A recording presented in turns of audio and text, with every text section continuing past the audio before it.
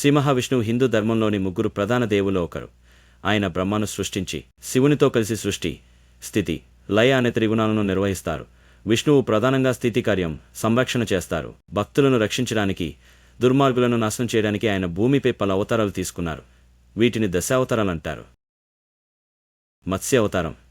మత్స్య రూపంలో ఓ పెద్ద దళ వచ్చి మానవాళిని ప్రళయంతో రక్షించారు. కూర్మ అవతారం. ఆమెను రూపంలో సముద్ర మథనం చేశారు. వరాహ అవతారం. స్వరాహం. పంది రూపంలో భూమిని నీటిలో నుండి వెలికి తీశారు. నరసింహ అవతారం. అర్ధమానవుడు. అర్ధసింహ రూపంలో హిరణ్యకశిపుడిని సంహరించారు. వామన అవతారం. చిన్న బ్రాహ్మణ బిడ్డగా బలిచక్రవర్తి గర్వాన్ని చెరిపారు. పరశురాముడు. యక్షత్రియుల అహంకారాన్ని వినాశనం చేశారు.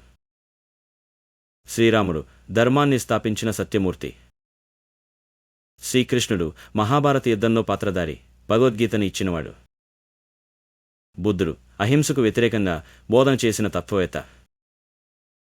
కాల్కి. భవిష్యత్తులో కలియుగాంతంలో కల్మషాన్ని తొలగించడానికి అవతరిస్తారు.